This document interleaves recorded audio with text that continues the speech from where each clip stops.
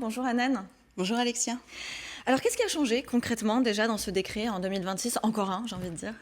Comme chaque année. Voilà. Eh bien, on augmente les plafonnements Ok. des différents types d'actions de formation, Ouais. bilan de compétences notamment, et puis aussi certains permis. D'accord. Oui, c'est vrai qu'il y a aussi le permis qui rentre en compte. Plafonnement. Est-ce que c'est bien de plafonner? Est-ce que c'est bien à chaque fois justement d'avoir un nouveau plafond? C'est une bonne chose, puisque ça amène les professionnels qui se questionnent et qui cherchent à se réorienter, à se former, à se poser les bonnes questions avant de s'engager et d'investir avec ou sans Leur CPF. leur CPF. Ouais. Parce qu'en fait, le plafonnement, ça veut dire quoi? Juste pour rappel, c'est-à-dire que, par exemple, pour le bilan de compétences, c'est 1600, c'est ça? C'est ça. 1600 euros. Et s'il n'y a pas de plafond, en fait, Jusqu'à février 2026, il n'y avait pas ce plafonnement. Il existait donc un reste à charge d'une centaine d'euros. Ok. Et une personne qui avait des fonds à hauteur de 4 000 euros, par exemple, sur son CPF, pouvait utiliser la totalité, pouvait mobiliser le montant jusqu'à la hauteur du montant de la formation ou du bilan de compétences. Aujourd'hui, ce qui change, c'est qu'il y a un plafonnement, c'est-à-dire que pour pouvoir financer une formation avec le moyen du CPF, eh bien, il y a un plafonnement pour les formations, c'est 1 500 euros, et puis pour les bilans de compétences, c'est plafonné à 1 600 euros. Alors, c'est vrai que ça peut un petit peu, on va dire, éviter on va dire cette boulimie de formation, parce qu'il y en a qui deviennent quasiment addicts à la formation, surtout qu'on en voit un peu partout. Et ça, c'est un sérieux sujet. C'est un sujet, vrai constat. C'est un vrai constat, puisque la majorité des personnes qui viennent faire un bilan de compétences se sont déjà formées, voire plusieurs fois, parce que leur premier réflexe, quand ils se demandent quel métier ils vont faire et qu'est-ce qu'ils vont pouvoir apprendre et faire autre chose, eh bien, ils vont choisir une formation par rapport, en se basant sur ce qu'ils aiment faire, sur des choses qui les passionnent, plus ou moins. Des fois, c'est au hasard. Et ils n'en font rien. Ils n'en font rien, bah oui, parce qu'ils n'ont pas fait de bilan de compétences avant. C'est ça. En fait, ils sont pas du tout accompagnés. C'est un petit peu comme à la carte, j'ai l'impression, on va au restaurant, dire aujourd'hui ce sera un peu ça.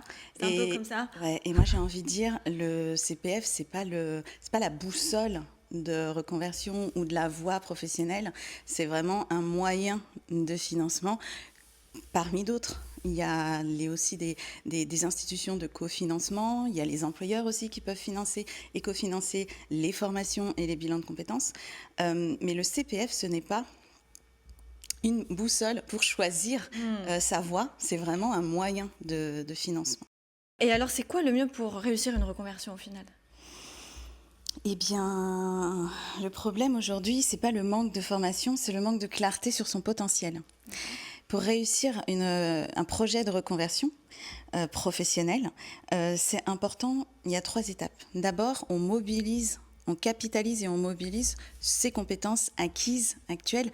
Et à cette étape-là, on reconnaît les compétences qui sont très souvent naturelles. Ok. Et qui sont insoupçonnées et donc dormantes. Ensuite, on va aller définir l'identité professionnelle de la personne pour aligner ses missions. Et c'est là où, à ce moment-là, et qu'après ça, on va aller choisir définir le besoin pour pouvoir choisir une formation qui va nourrir et être utile au projet de reconversion, mais pas avant.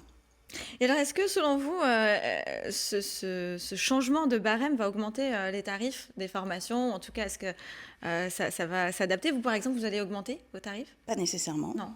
Pas nécessairement augmenter, pas nécessairement réduire non plus les tarifs, puisque le CPF, pour ma part, de mon point de vue, ça ne valorise pas, on ne part pas du CPF pour définir nos tarifs, des tarifs de formation ou de bilan de compétences.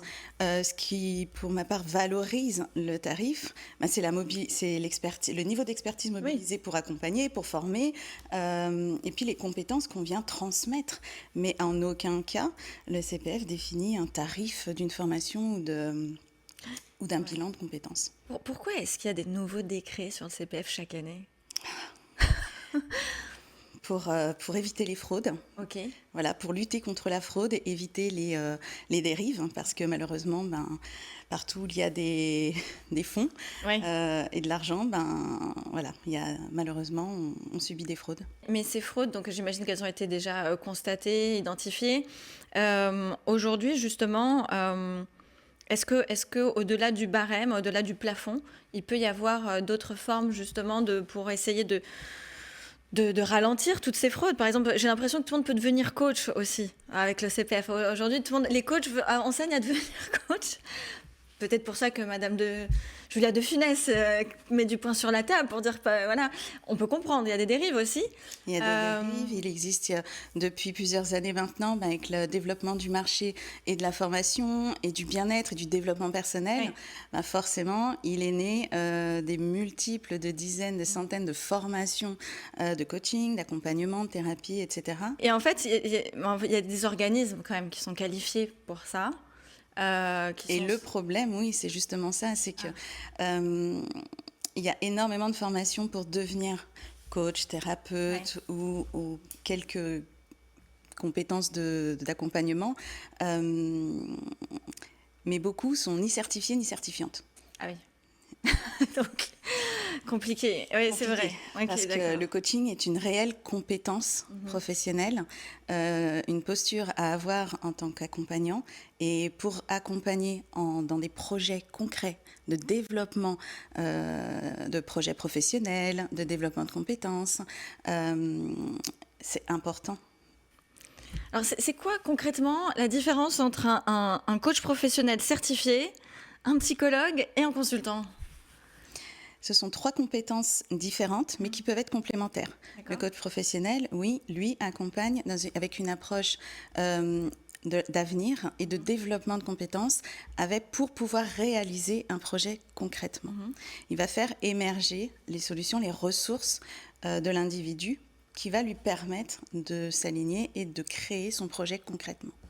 Le psychologue a une approche plutôt d'analyse du passé et le consultant, c'est plutôt une compétence d'expertise qu'il va transmettre. Expertise métier peut-être ? Voilà, expertise métier par rapport à son vécu, son expérience qu'il va aller pouvoir transmettre et conseiller en transmettant ce qui a fonctionné pour lui. Est-ce qu'il y a un ordre ? Il faudrait d'abord être accompagné par un psy, puis un coach, puis un consultant ? Non, il n'y a pas spécialement d'ordre. Il n'y a pas spécialement d'ordre. Ce qui est important, c'est de voir qu'en fonction de la situation de la personne, ses besoins, dans sa quête de changement de métier, beaucoup de personnes, malheureusement,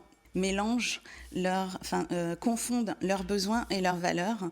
Et la problématique qu'on rencontre, c'est toutes ces personnes qui vont choisir de se réorienter vers une formation, par exemple, ou une méthode de thérapie ou d'accompagnement, mais qui le font pour répondre à un besoin personnel, puisqu'après, ils n'en font pas grand-chose. Oui. Exemple, énormément de personnes qui se sont formées pendant des années à la naturopathie, à la diététique, au système nerveux, qui vont cumuler des formations, des méthodes de thérapie et qui n'en font rien.